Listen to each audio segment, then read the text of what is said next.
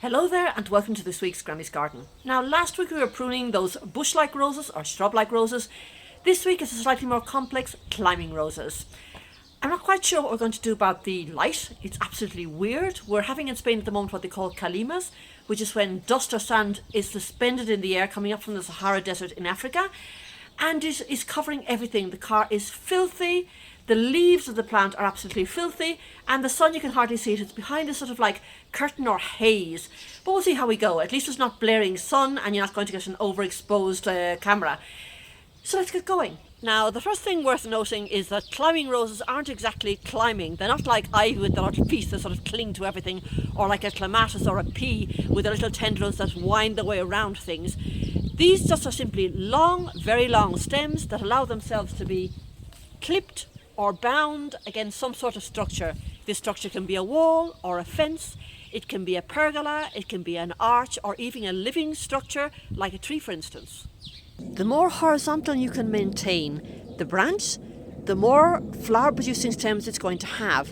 As a matter of fact, this is along the top of a railing, and every single one of these nodes is going to produce a vertical stem that's going to produce a flower. Maintaining branches in a horizontal position is quite easy when, like me, you want to train it all the way around this railing. All of these branches are producing lovely new growth in a vertical position that's going to give a mass of flowers in early summer. It's going to be magnificent. The same thing goes when you're training a rose against either a fence or a wall. Now in my garden I don't have a one against a wall, so I'm actually going to show you a thornless blackberry. It's not the same thing, but the theory is the same, because instead of looking for flowers, in the case of the blackberry, I'm looking for fruit. So as each stem comes up, I'm training it in a horizontal, and then I'm going to get fruit on these branches instead of the flowers. But the theory is exactly the same. Now, if what's supporting your rose isn't either a wall or a fence, but an obelisk, again, no real problem, because you're going to use the obelisk as the interior part. So what you're going to do is get your flexible whips, get them when they're young, when they are flexible, and then start spiraling them round as close to horizontal as you can. They mightn't be able to get completely horizontal. It might be sort of at a 45-degree angle, but that's fine. Right up to the top. And then all of these spiral branches are going to produce vertical branches right from the bottom, right up to the top. And those are the ones that are going to produce the flowers. And it's going to be gorgeous. The problem is rose arches. We're not talking about custom-made arches over very wide paths. We're talking about the normal, everyday, commoner garden rose arch, which is big enough for you to walk through or big enough to push a wheelbarrow through. This is where the problem starts, and this is where people start to make mistakes when they're actually doing it. Woo! Flies. Here I definitely do not recommend spiraling your branches up the stem or up the pillars of the archway, because mid-season you're going to be pulling your way or pushing your way through roses, but we're still behind. Every beautiful rose is a not so beautiful thorn or 3,000. And it's like a spider's web. You can go into it, but there's no guarantee you'll come out the other side. You'll end up stuck to these wretched thorns. So basically what that means is, if you can't spiral it round the pillars of the arch, the roses which are on the outside of the pillars are going to grow in a vertical position until such time they reach a certain height and start coming over the roof of that arch. And of course that means, in most roses, that the complete sides of the arch are going to be bare. And this is what you see in many, many arches. Well, as I've explained, on a wall, on a fence, and even on an obelisk, you can get away with virtually any variety of climbing rose, because you're able to train the rose branch or the stem into that horizontal or semi-horizontal position. But specifically in the case of a rose arch, look for varieties. There are certain varieties, read the tag, the description, or Google it, that say, excellent vertical bloomer. And if you choose those varieties, you're going to get roses from the bottom right up to the top, on the pillars, and of course on the roof, which you would have got with any other variety. So look for those honey words: excellent or good, preferably excellent, vertical bloomers. Well, now I'm going to tackle my own rose arch. These actually, as you can see, didn't go dormant this year. This should be completely bare, or virtually bare, with just a few old leaves hanging around. That is not the case. Normally we get very, very cold nights, well below freezing, and we did, all the way through from November right up until this month, which is March. But usually the temperatures would be in the low 30s or low 40s. But we've been having temperatures in the mid to high 40s and even the 50s. That is very, very unusual. So these decided not to go to sleep. And while I was inside doing other things and sitting toasting my feet by the fire, these lot took advantage and started growing through the arch. And they are now where they're not supposed to be. You should be back there and not here. Are you listening to me?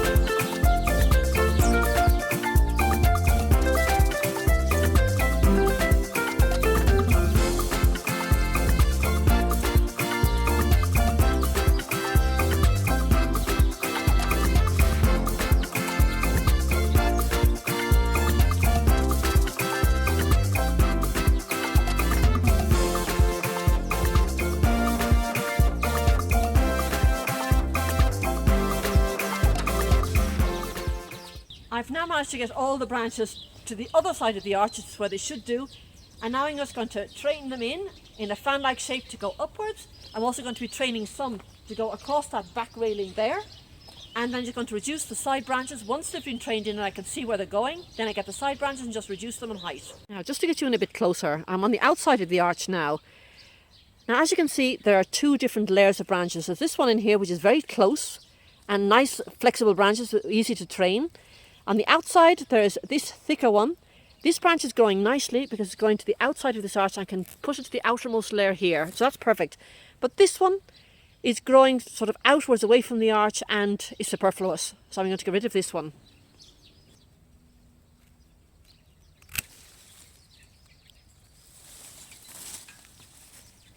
So I'm going to clip this one first to get it out of the way more than anything else. I'm just using this little stay clips here, so just clip it here for the moment. And as you can see, that is going to now take off vertically up here. I'm going to keep training it to go up here and up to the top of the arch. Now coming down here, I'm left with an array of branches. These ones are going to fan out. And this one, again, which is coming towards the centre, I don't want. And of course, that one would be removed. This has now been cleaned up. You can see it's now coming in a fan shape. It's now just coming into its third season. And this season it will now reach the top. This rose on the other side, which is the Edith Piaf, has already reached the top and should be giving flowers on the actual roof above. I've also taken the side shoots and I'm now training them across the railing. They're now across the railing on the other side as well, and hopefully this season I finally get them to meet there in the middle. But the meaty part of this video in actual fact isn't here in this garden. It is right over the fence into my next door neighbour's garden. She has a pergola with roses that are 20 plus years old, and they've been let get out of hand. They've been pretty much ignored except for reducing the height. They haven't had much else done to them.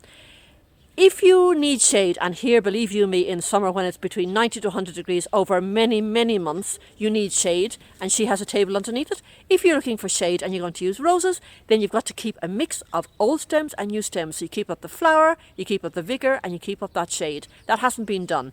So we're going to hop across the fence and have a heart attack and see if we can do anything with that big hot mess. Now this is the pergola.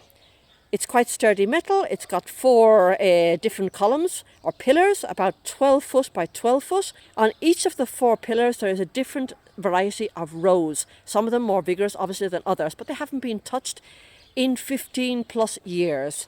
Now this one over here is particularly vigorous, and you can automatically see the problems. Now each of these roses on a pergola, large pergola, should have about somewhere between 6, more or less 5 to 6 of these canes. More than canes, they look like tree trunks. And you should have a good mix of old and new. Every few years you should be removing some of the older canes to avoid problems like this. Look at the size of this cane. It's absolutely massive. And if I come up here, follow it up, it's actually poking through the arch and coming under the level of the roof, and it's actually pulling it down with the weight. So that needs to be removed. Obviously no secateurs is going to do this, or not even loppers. That's going to have to be sawn down in sections and taken right out.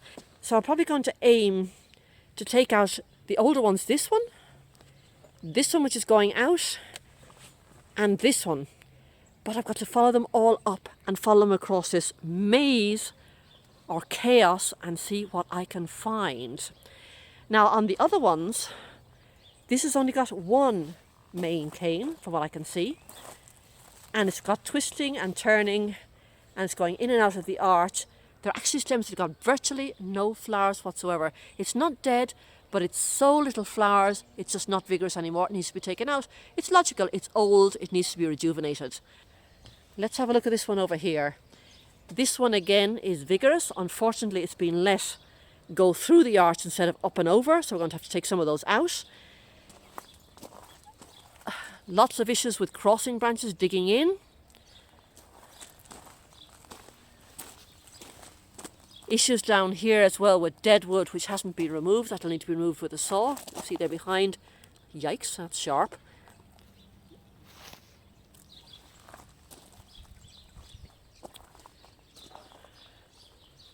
And then we've got this one over here again. Lots and lots of canes. Very, very twisted.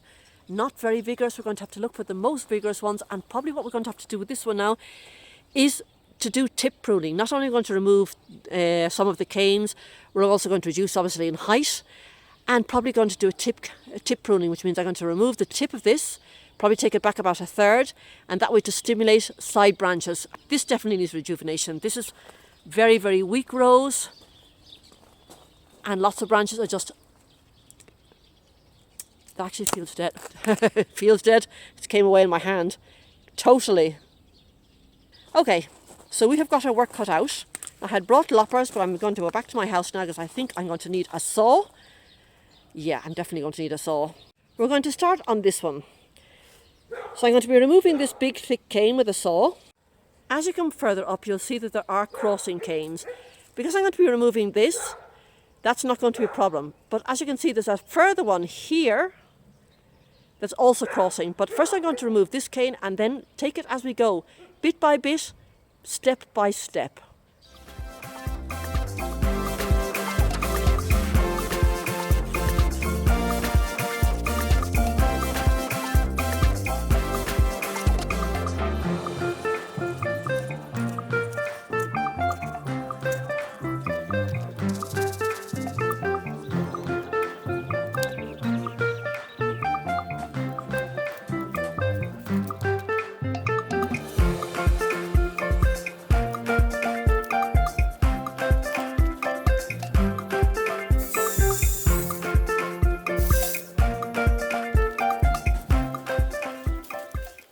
Now I can actually start to see something. I've taken out that big huge old cane here, and I've got an old one here, but certainly a lot younger than these ones.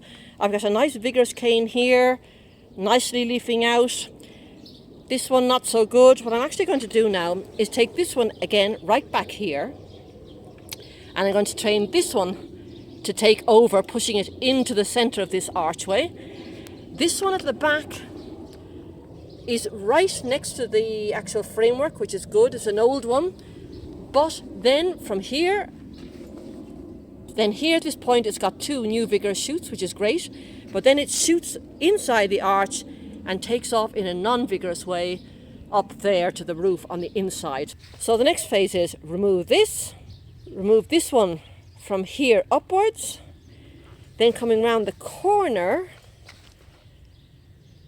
I'm going to leave this one, which is going up towards the outside of the arch, and I'm going to be removing this one, which is doing pretty much nothing except going vertically up and creating a mass up there, which is totally unnecessary.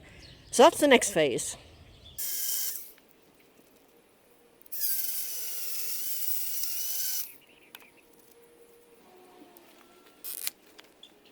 Well, this is the first side done. Obviously it hasn't been tied in yet, but at least I've now got lovely flexible canes that can come up here and then start bending over the roof part. I don't know if you can see it, but see how this was bent under the weight? It was so heavy, that branch or that bough that was coming over here, that bent it like a matchstick. And there's another problem here on the other side. It's actually almost broken here. Can you see that? So what I'm going to be doing is pulling all of these down onto the structure, tying them lightly in. I'm going to be using soft tie. I'm also going to be training this one up and over, but tying it in properly. And then I'll be cutting down some of the upper shoots to about there. And that's all I'm going to be doing on the vigorous ones. I'm going to be starting now on the less vigorous one. This is a different variety, different colour. Obviously down here, you can see there's a big problem there already. You can see the rubbing. And also, once it finishes rubbing, it's actually going onto the inside of that arch or that pergola instead of the outside. So I'm going to be removing that, and it's going to alleviate a lot of problems. Look at all this crossing here. It's crossing everywhere you look. There's branches crossing. Everywhere you look. And there's a lot of vigorous shoots with a lot of older ones. So I'm going to be taking out some of the canes here, some of the older ones, certainly the ones that are going inside the archway, and then stimulating the others. And probably to stimulate, because there's a lot of dead branches here, I'm probably doing a tip, as I said before, not only trimming down the top, but also doing some tip pruning, about like taking a third off to stimulate this outer branching to the sides to make a nice roof again. But this is less problematic than these two. This one, very vigorous. The one on the other side, the same variety, very vigorous. These two, less so. I believe Mary Faye was telling me that this one and this one are red ones, and the other two are yellow.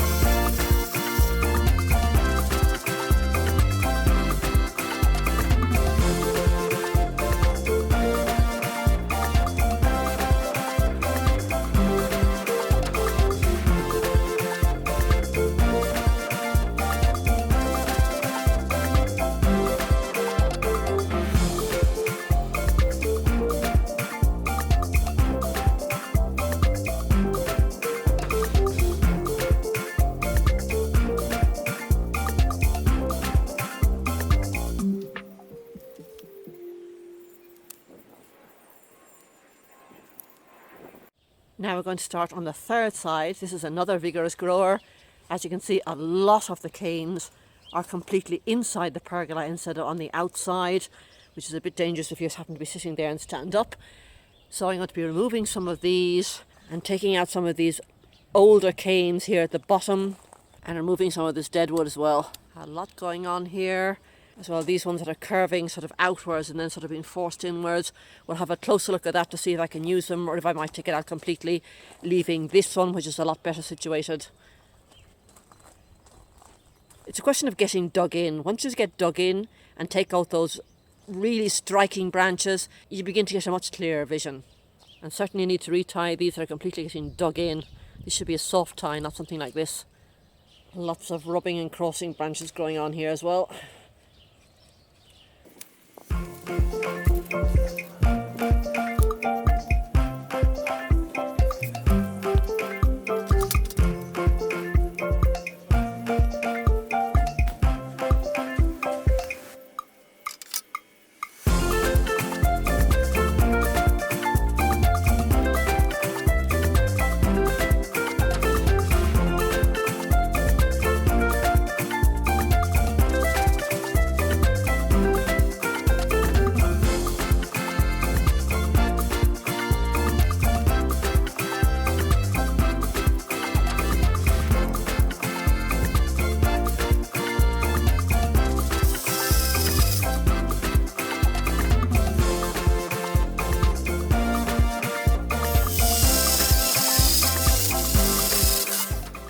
This side is finished, a view from up top. I've trained now this one, took off the vertical one, trained it now in diagonal, tied it in there, and this is going along one side and it's going to also form a new roof. I've had to put a long wire here because as yet it doesn't reach the actual bar where it can support itself, but it will. In this season it'll grow in and I'll be able to remove that long tie and put a shorter one in. Things like this, I removed the very thick vertical, which was not malleable at all, and left a small side shoot, tied that down very carefully because in actual fact it is wooded at the moment, so it's not very flexible. So I just tied it down, leaving it a bit of lee room, and that'll take off now down this way. This fork here I divided off. One of them I've taken off to form the roof, and the other one I've sent across the crossbar, and in actual fact it's meeting with the yellow one on the other side, so that's going to be perfect. So the yellow and red are already going to mingle there. And then I just need to cut down some of the upper growth roundabout around here and let it take off then this summer. A lot less vigorous, but with a lot of problems. At some stage this was tied one to the other and it's not only fused but also it's gone on the inside and it seems to be causing lesions above. I was going to remove just the back one because it's on the inside. It's also crossing down here. But on seeing these canker growths, I don't like that at all. So that's unhealthy tissue I'm going to be removing and just see where it goes, follow it round and get rid of it. Down at the bottom, there's a lot of weaving going on. I see up at the top as well, there's a lot of non-flowering dead tissue. So I'll be taking that out. But I'm going to try to leave as much as I can because I said this is not a very vigorous grower. And I'm just going to be taking off this dead type of branches and reducing obviously the sick ones here because I can see canker in two different places, not only here but there's another one as well. So See these lesions forming here? We don't want that.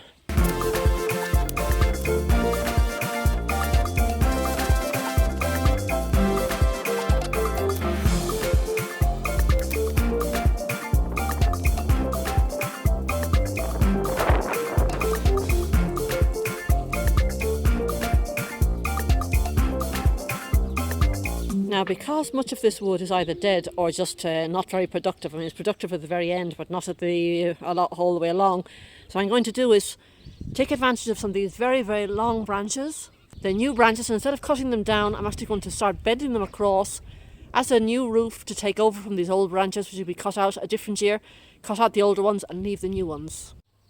Well, that's it, guys. Remember, this is not a yearly pruning of a pergola. This is recovering a neglected and totally abandoned rose or climbing rose over a pergola. What you need to do first is assess and observe. I observed immediately that there were 2 vigorous roses, the red ones, and 2 less vigorous, the yellow ones. So tackling the vigorous ones first, I came right down very heavily on them because I know they're going to spring right back up.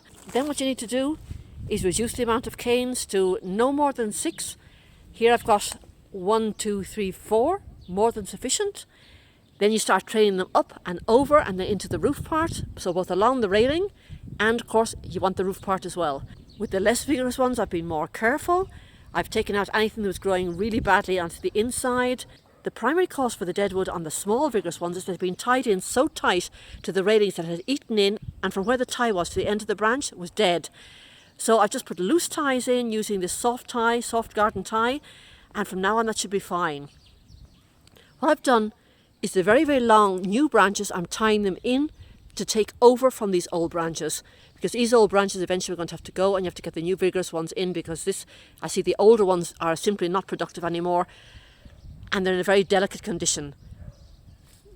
So over a period of the next 2 years, it's just a question of getting these younger, more vigorous ones and tying them in to form a new roof.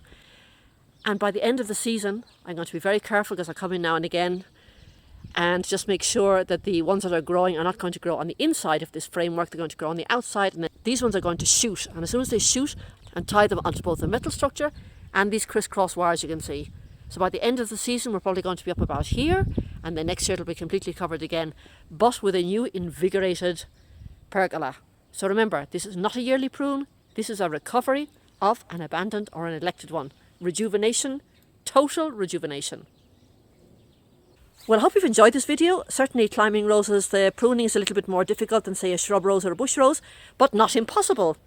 All you've got to take into account is what your structure is. Is it a wall? Is it a fence? Is it an arch? Is it an obelisk? And then prune accordingly. Hopefully I'll see you next week taming more beasts, but less prickly maybe than this week. Hopefully. Bye bye now.